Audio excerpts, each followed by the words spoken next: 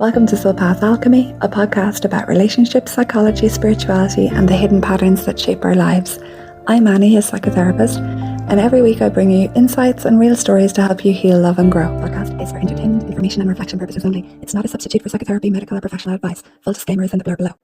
Okay, so a lot of people carry this quiet belief that feelings are a burden.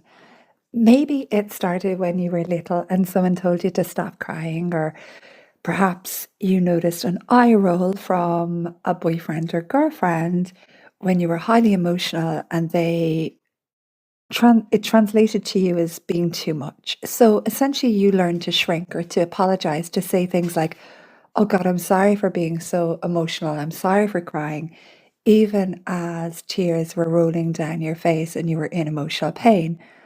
Or maybe you've been that friend who shares something painful and then instantly backtracks with, "Oh God, I'm really sorry for dumping that on you." So here's the truth.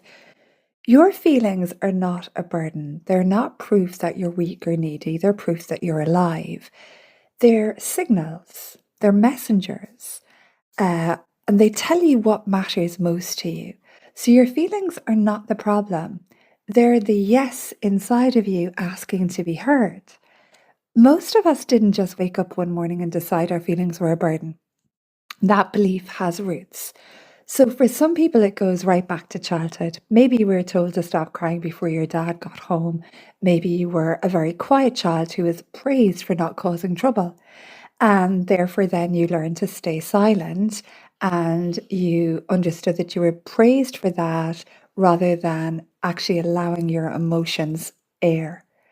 Or maybe you were the sensitive one in a loud house, and every time you showed any kind of big emotional state or big feelings, someone told you to toughen up or that you were being dramatic. That's one that I hear from a lot of people.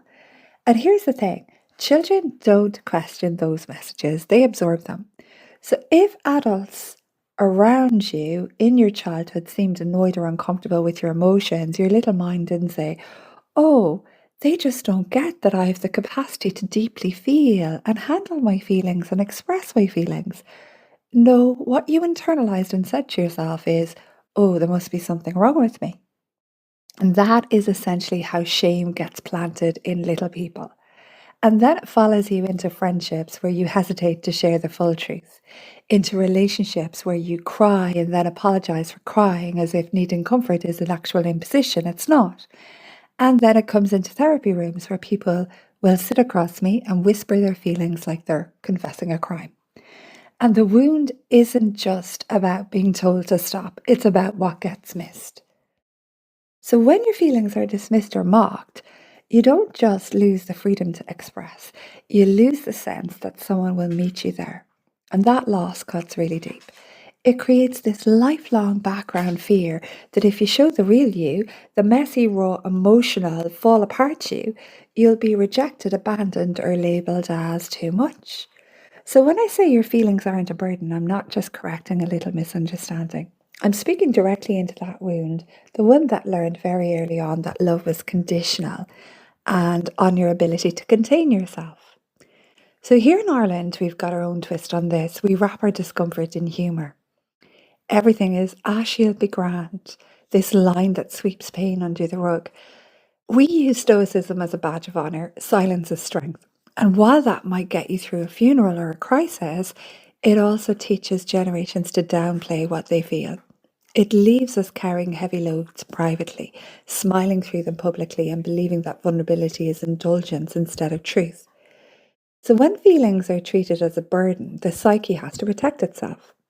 So think about a child whose sadness is met with silence or whose joy is called drama. What happens? The child doesn't stop feeling because feelings are biological, they're wired in. What the child learns is to split them off, to push them down, underground. And that's how we end up with defense mechanisms like isolation of affect, where you can tell the story of a trauma in perfect detail, but with no emotional resonance or tone, or reaction formation, where you cover your anger with sweetness because the anger once got you into trouble. So I have a whole playlist on these, so you can actually check that out on the defense mechanisms in the Freud made me do it sequence. So these strategies are really brilliant when you're small because they help you survive, but they come at a massive cost. You grow up not knowing how to trust your own internal weather system, your emotional weather system. You start to believe that your sadness is dangerous and that your anger is shameful and your need for comfort is some kind of evidence of weakness. And that becomes the unconscious script running in the background of your adult relationships. And here's where the psychodynamics get really interesting. When we bury feelings, they don't disappear. They leak. They show up sideways, in sarcasm, in sudden rage, in the body itself. So I've often talked about Bolas' concept of the unthought known. So these are the emotional traits that live in us without words, shaping our relationships silently. Ogden described them as what's unspoken between people, creating a third presence in the room. He called it the analytic third. In therapy, that is. So if your feelings are once shamed, that silence follows you into every single space. It becomes the air around you, and you and your partner breathe it together, even if no one names it. So when you apologize for your tears or feel guilty for needing reassurance, you're not just reacting to the present, you're carrying a whole history of emotional dismissal and disavowal. The burden isn't the feeling itself, it's the shame stitched around it. And that shame is never really yours.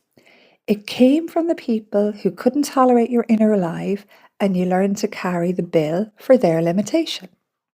So, from a psychodynamic point of view, the work is this: reclaiming your feelings as signals, as messengers, not as some kind of sin, learning to name what you feel in the moment instead of hiding it, and slowly discovering that the right people can meet you there, not with punishment or mockery, but with presence. That's what dissolves the old wound. That's what lets you feel deeply without fear that you're somehow too much. So here's the thing: your feelings aren't just neutral data you should tolerate, they're not a nuisance you have to manage. They're the yes of life itself. Every single feeling, joy, grief, rage, tenderness, it's a signal from your inner world saying something here matters. And as I often say to people in therapy, if you push that down, it's going to come back like a jack in the box. It truly will. So when you allow yourself to feel, you're actually saying yes to relationship, yes to being known, yes to letting someone into your truth. Vulnerability is not weakness, it's the entry point to connection. Because guess what? We're all the same. Everybody wants the same basic needs in life. And every time you share what you feel, you're opening the door for someone else to step towards you closer. And notice what happens when you withhold. So when you stuff down your sadness, the relationship loses warmth. If you bite back anger, resentment will creep in. And when you hide joy, connection goes completely flat. So suppressed feelings don't make you easier to love, they make you harder to reach. So why is it a big yes? Because feelings are the very thing that keep love alive. They deepen sex, they fuel creativity, they turn acquaintances into friends, partners into soulmates. Your tears say, I trust you enough to show you my rawness. Your laughter says, I'm free enough to let you see my joy. And your anger says, this matters so much to me, I'm really willing to risk conflict to protect it. And yes, it's not always comfortable. Sometimes it's so messy, and sometimes it's loud, and sometimes it's quiet, but it's real. And real is what keeps relationships breathing. So, the next time you catch yourself apologizing for feeling, pause, remind yourself this is not a burden. This is a yes of my soul. This is a messenger to me. It's asking for expression. This is me alive and here, inviting someone to meet me where I am. So let me give you a few moments you might recognize. There's the partner who starts to cry during an argument, but in the middle of their own tears, they say, oh my God, sorry, I have no idea why I'm having a meltdown. I don't know why I'm crying. That little apology tells you everything. Somewhere in their history, someone made them believe their sadness was somehow embarrassing or inconvenient or a bit too heavy.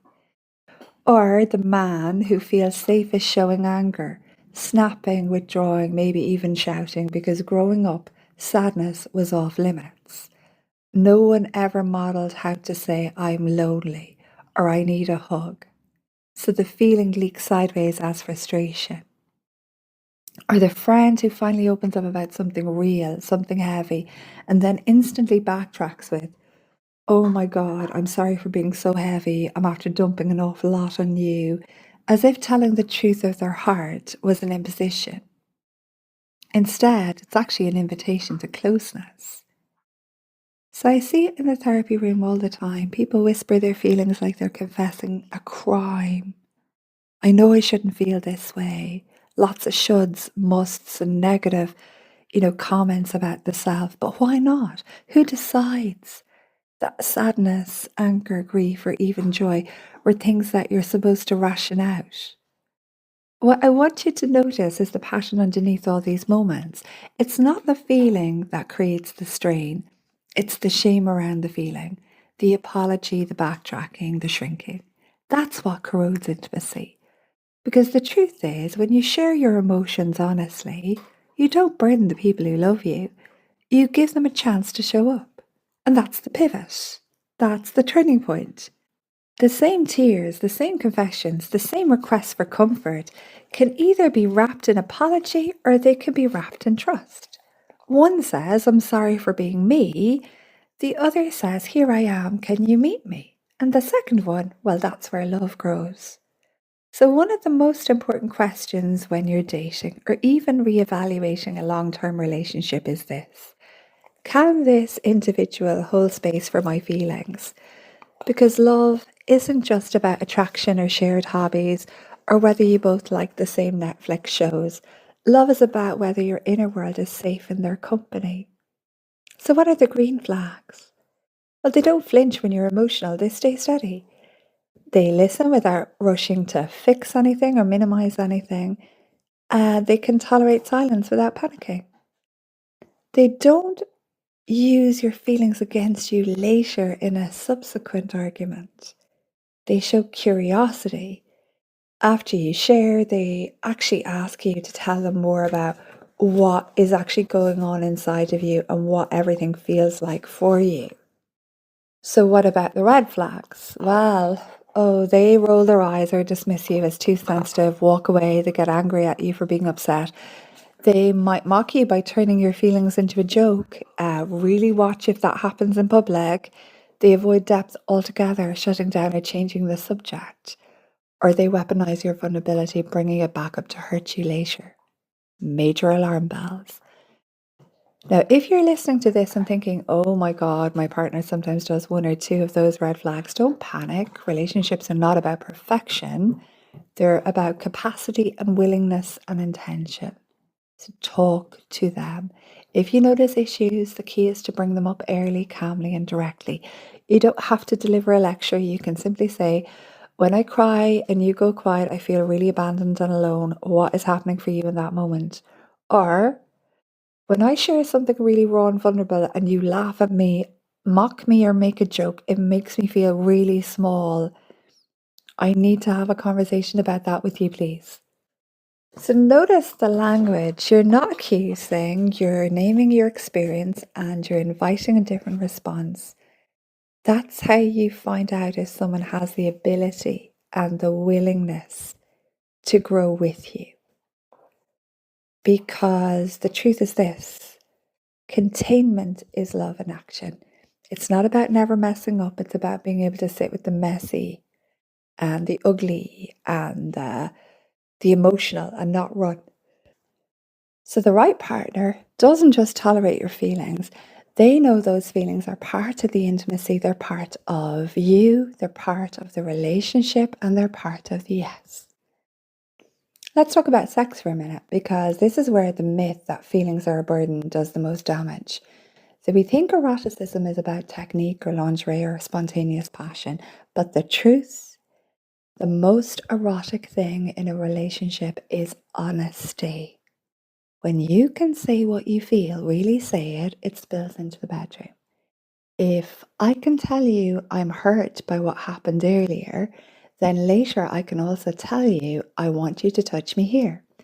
If I can trust that you won't mock my tears, I can also trust that you won't mock my desire. That's the bridge. So eroticism thrives on aliveness, and aliveness is impossible if you're holding half of yourself back. So when couples stop talking about their feelings, they also stop talking about sex. That's when desire fades, not because the body forgets, but because the relationship has gone flat. There's nothing sexier than two people being real with each other. Think about the relief when a partner says, I've been really nervous to bring this up, but I'd love to try. Or when someone can laugh honestly mid sex instead of pretending. That's rawness, that's intimacy. That's what makes sex not just friction, but connection. And here's the part we often miss: honesty about feelings makes space for honesty about needs. If I can say I feel insecure sometimes, I can also say I need more foreplay. If I can admit that I get lonely, I can also admit that I want eye contact while we make love. These conversations might feel awkward at first, but they're the very thing that takes sex from this mechanical exercise to a magnetic, shared, energetic field. So when I tell you your feelings are not a burden, I'm also telling you this. They're the fuel for desire. They're the current that turns sex into something alive, soulful, unforgettable. Without feelings, sex is empty. With them, it becomes an erotic, nonverbal conversation, body to body, heart to heart. So before we finish, I want you to sit with a few questions. You can come back to this, jot them down, maybe journal them, maybe talk them out with your partner, maybe just let them echo around in your mind. Who first taught you that your feelings were too much? How do you still apologize for your emotions today? With words, with tone, with silence? What would it look like to treat your feelings as messages, not mistakes? And if you're dating or in a relationship, how do you know your partner can really hold your emotions? What green flags are there and what red flags do you need to name and work on? So these are not small questions. They're the kind that change the way you love. Because here's the truth. I want you to walk away with believing that your feelings are not a burden after listening to this. They are bridges to worlds. They are the pulse of your soul saying, I'm alive, I'm real, and I'm definitely here to be met. Every tear, every laugh, every pang of anger, or every wave of longing, it's all proof of your aliveness. And yes, it might scare some people. Yes, it might expose the limits of someone else's capacity. But that is not your shame to carry. That's their limitation. The right people, the people who deserve a front row seat in your life, will not be threatened by your feelings. They will lean in. They will listen. They will steady themselves when you shake. They won't always get it perfect, but they'll try. And that trying is love. So stop apologizing for the emotional weather inside you. Stop shrinking, stop backtracking, stop believing that the deepest truths of your heart are an inconvenience. They're not. They are the yes.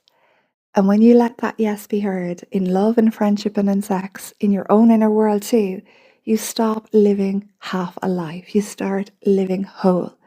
And that right there is where love becomes extraordinary. So thank you for spending a few minutes with me today. If you enjoyed this episode, please do me a favor. I'd be very grateful if you would, wherever you're listening, whether you're listening on Apple, Spotify, or YouTube. Please hit like, hit subscribe. It really does help so much. So I'm Annie. Wherever you are, I hope you have a truly blessed day.